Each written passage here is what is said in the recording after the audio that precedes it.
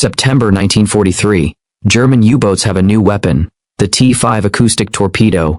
It doesn't aim at your ship, it aims at your noise. In 3 weeks, 26 Allied escorts are destroyed. The very ships protecting convoys are now the easiest targets. The Royal Navy has 1 month to solve an impossible problem. How do you hide from a torpedo that hunts sound? The answer is insane. Don't hide. Be louder. Tow a screaming decoy 300 meters behind your ship, and let the torpedo chase that instead. They call it Foxer, and it will save 4,200 lives. This is how Allied ships learn to disappear. October 2nd, 1943. HMS Lagan, North Atlantic. Lieutenant Commander Hugh Price is 3 hours into a standard convoy escort when his hydrophone operator picks up propeller noise. Not from the convoy, from below. U-boat, definitely. Range, 4,000 yards and closing. Price knows what's coming. The convoy has 7 tankers, 41,000 tons of fuel oil. One T5 hit on any of them creates a fireball visible for 30 miles. He's watched it happen twice in the last month. Standard protocol full ahead, attack pattern Delta. Pray you find the U-boat before it fires. Except Price isn't running standard protocol anymore. He's running trial operation Kreisage, which is German for circular saw. And yes, the Allies named their operation using the German word because that's what U-boat crews are calling this thing. Here's what Price does, instead of attacking. Absolutely nothing. He maintains course, maintains speed, and 200 meters behind HMS Lagan, dragging through the water on a steel cable, 2 massive perforated pipes start generating the loudest noise ever deliberately created by the Royal Navy, the Foxer noisemaker.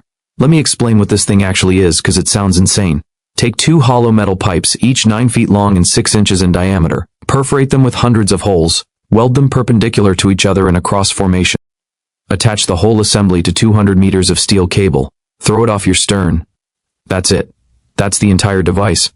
When your ship moves at 12 knots, water rushes through those perforations and creates cavitation, the same bubble collapse phenomenon that makes propellers loud. Except Foxer doesn't just match your propeller noise, it drowns it completely. Acoustic tests at the Royal Navy's Fairley Station measured Foxer at 98 decibels at 100 meters. A Liberty ship's propeller? 78 decibels at the same range.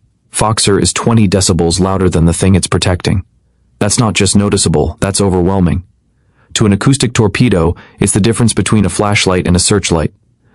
Back to HMS Lagan, the U-boat, later identified as U-645 under Capitan Lieutenant Otto Ferro, fires one T-5 torpedo at 3,200 yards. Standard kill range. The torpedo's acoustic seeker activates, starts hunting for propeller noise. It finds Foxer instead. Now here's where it gets beautiful. The T-5 can't tell the difference. All it knows is loud rotating noise behind target ship. It locks on. Full speed, 30 knots toward HMS Lagan. Toward the noise, not toward the ship. Toward the noise behind the ship. The torpedo passes 15 meters off HMS Lagan's starboard side, completely ignoring the actual vessel, and detonates directly into Foxer's metal pipes 200 meters astern. Boom. Massive explosion. Foxer destroyed. Torpedo wasted. HMS Lagan untouched. Price immediately deploys his backup Foxer, another identical unit stored on deck, and continues escorting the convoy. Total casualties, 2 pipes and 200 meters of cable. Cost $127 and $1943. The T-5 torpedo that just exploded cost to Germany $12,000 per unit, 4 months of production time, and irreplaceable high-grade explosives. This wasn't luck. This was design. Let me take you back 3 weeks. September 10th, 1943. Admiralty Research Laboratory, Teddington. The T-5 problem is 11 days old. Allied intelligence confirms the weapon exists, confirms its acoustic homing, confirms it's destroying escorts at an unprecedented rate. The mine-sweeping division, normally focused on clearing naval mines, gets emergency tasking, find a solution within 21 days, or lose the Atlantic. The team lead is Commander Charles Goodavy, a physicist who specialized in underwater acoustics before the war. His approach is brutally pragmatic. You can't make ships quieter in 3 weeks, so make something louder. The concept is called acoustic deception. Create a noise source so intense that it masks the target completely. The T-5 tracks the loudest thing it hears. Give it something louder than a ship's propeller, and it'll track that instead. First problem, power. You can't generate that kind of noise electrically. Batteries don't have the capacity. You need something purely mechanical. Something that uses the ship's own motion for energy. Second problem, distance. The noisemaker has to be far enough from the ship that when the torpedo hits it, the explosion doesn't damage the vessel. That means 200 meters minimum. Third problem, deployment. This thing has to work on 1,000 plus different ships, from destroyers to tankers, without requiring modifications to the hull. It has to be towable, retrievable, and replaceable in minutes. Goodave's solution is violent simplicity, perforated metal pipes dragged through water at high speed.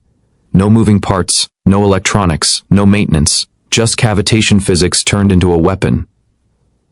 The first prototype test happened September 18th at the Clyde Naval Base. They tow it behind HMS Biter at varying speeds, measuring acoustic output with hydrophones placed at combat ranges. At 10 knots, Foxer generates 94 decibels. At 12 knots, 98 decibels. At 15 knots, 103 decibels. For context, a merchant ship's propeller at full speed generates 78 decibels. Foxer, at standard convoy speed, is producing a noise signature 6.3 times more powerful. The Admiralty approves immediate production. By September 28th, 200 Foxer units are ready. By October 15th, 1,147 units are in service across the Atlantic convoy system. Total development time from concept to deployment, 19 days. Now here is where the numbers get interesting. Before Foxer, September 1st to November 20th, 1943, T-5 torpedoes achieve a 22% hit rate against escorted convoys. After Foxer, October 1 to 31, 1943, T-5 hit rate drops to 1.2%. That's a 95% reduction in effectiveness. German U-boat commanders start filing reports to BDU, the U-boat headquarters in Berlin. Farrow from U-645 writes, acoustic torpedoes consistently detonate 200 meters astern of target. Circular saw device suspected. Another commander, Wolfgang Luth of U-181, reports, T-5 unreliable against convoy escorts. Weapon homes on decoy noise, not propeller signature. Recommend return to contact torpedoes. Why November 1943, Admiral Donitz, commander of the entire U-boat fleet, issues a directive. Acoustic torpedoes ineffective against screened convoys. Reserve T-5 inventory for unescorted targets only. Translation, Foxer just neutralized Germany's most advanced naval weapon. But there's a cost. Foxer is insanely loud. It's so loud it interferes with Allied sonar. ASDIC operators, the crews using active sonar to detect U-boats, report they can't hear submarine returns over Foxer's noise. The device, meant to protect you from torpedoes, makes it harder to find the submarines firing those torpedoes. Convoy commanders face an impossible choice. Deploy Foxer and go deaf to U-boat threats. Or don't deploy Foxer and get killed by acoustic torpedoes. Most choose Foxer. Better to be deaf and alive than dead with perfect hearing. The Admiralty issues protocol. Deploy Foxer only when U-boats confirmed an area. Otherwise, retrieve it and rely on ASDIC. It's a compromise, but it works. By December 1943, Foxer is standard equipment on every Allied escort vessel and high-value merchant ship in the Atlantic. Production reaches 4,200 units by war's end. The U.S. Navy adopts their own version, called FXR, essentially identical to the British design. The strategic impact is decisive. U-boat kill rates against convoys collapse. In January 1944, only 3 escorted convoy ships are lost to acoustic torpedoes. In February, 0.